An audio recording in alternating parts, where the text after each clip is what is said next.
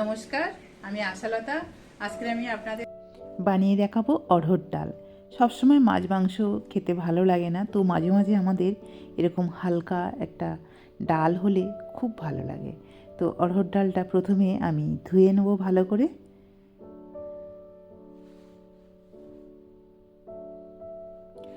দুই থেকে তিনবার এটা ধুয়ে নিলে খুব ভালো। ঠিক এইভাবে একটু রগড়ে রগড়ে ধুয়ে নিতে হবে।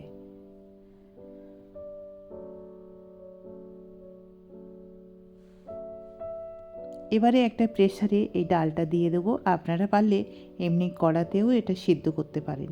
তো তাড়াতাড়ি করার জন্য আমি প্রেসার কুকারে দিয়ে দিলাম।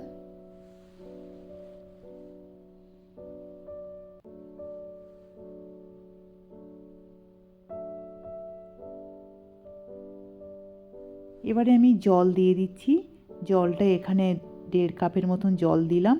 আর দিয়ে দিচ্ছি টমেটো, একটা টমেটো দিলাম, একটু হলুদ আর স্বাদ মতো নুন দিয়ে দিলাম, দিয়ে 2টো কাঁচা লঙ্কা দিলাম। দিয়ে এবারে ডালটা সিদ্ধ করতে হবে। সিদ্ধ করার জন্যে এখানে আমি 2টো সিটি দিয়েছি, খুব বেশি ঘেটে যাবে না, সেরকম থাকবে, সেইভাবে আমি এটা সিদ্ধ করব। এবারে একটা কড়াইয়ে তেল গরম করে নিচ্ছি, সর্ষের তেল, আর তাতে দিয়ে দিচ্ছি তেজপাতা, শুকনো লঙ্কা আর জিরা। এটা ফোড়ন দিয়ে দিলাম। যখন একটু 10-15 সেকেন্ড ভাজার পরে সুন্দর গন্ধ বেরোবে, তখন দিয়ে দেবো আমি আদা। এখানে 1/2 ইঞ্চির মতন আদা আমি গ্রেট করে নিয়েছি।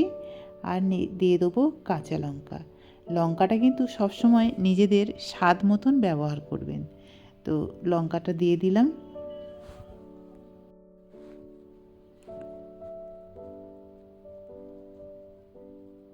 দশ 15 সেকেন্ড এটাও একটু ভেজে নিলাম, নিয়ে একটু দিয়ে দিলাম জিরা পাউডার।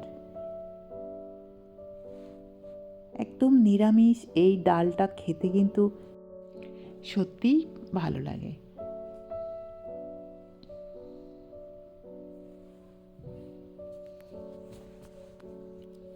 এবারে ডালটা দিয়ে দেবো। তো দেখছেন ডালটা খুব বেশি ঘেটে যায়নি, একটু গোটা গোটা আছে। এই সময় ডালটা দিয়ে দিলাম। এবার ডাল দেওয়ার পরে আবার একটু জল দেব। আবার 1-1.5 কাপের মতন জল দিয়ে দিলাম, একটু পাতলা করে নিলাম। আপনারা যদি চান যে এটা একটু মোটা ব্যবহার করবেন, মোটা খাবেন, তাহলে মোটা রাখতে পারেন। তো আমি একটু জল দিয়ে একটু পাতলা করে নিলাম। এবার এটা একটু ফুটিয়ে নেব 2-3 মিনিট। তারপরে দিয়ে দেবো ধনে পাতা আর ঘি দিয়ে দিলাম 1 চামচ। অড়হর ডালে কিন্তু ঘিটা দিলে খুব ভালো লাগে। আর যেহেতু নিরামিষ, আপনারা পারলে এখানে একটু চিনিও ব্যবহার করতে পারেন। এবারে এটা পরিবেশন করব গরম গরম ভাতের সাথে। কেমন লেগেছে জানাবেন কিন্তু।